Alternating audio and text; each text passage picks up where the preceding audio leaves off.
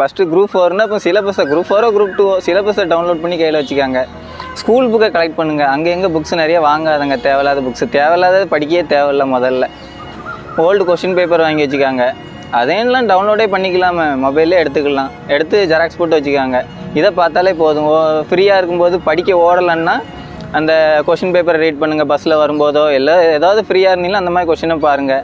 வேறு ஸ்கூல் புக்கையும் பார்த்தாலே போதும். வேறு எதுவுமே தேவையில்லை. வேறு எங்கேயுமே புக்கை வாங்கி நீங்கள் ப்ரெஷர் தான் ஆவீங்க. தேவையில்லாமல் அதை இதையும் படித்து அது தேவையில்லை. ஸ்கூல் புக்கை மட்டும் பாருங்கள், நல்லா ரீட் பண்ணி. தமிழையும் மேத்ஸையும் கொஞ்சம் நல்லா பாருங்கள். ஸ்டார்டிங் மீன்ஸ் எப்போவுமே தமிழ் மேத்ஸ் கொஞ்சம் நல்லா வச்சுக்காங்க.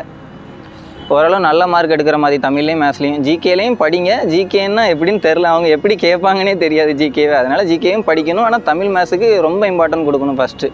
இதை பார்த்தாலே போதும். வேறு ரொம்பலாம் போட்டு ப்ரெஷர்லாம் ஆகாண்டாம்.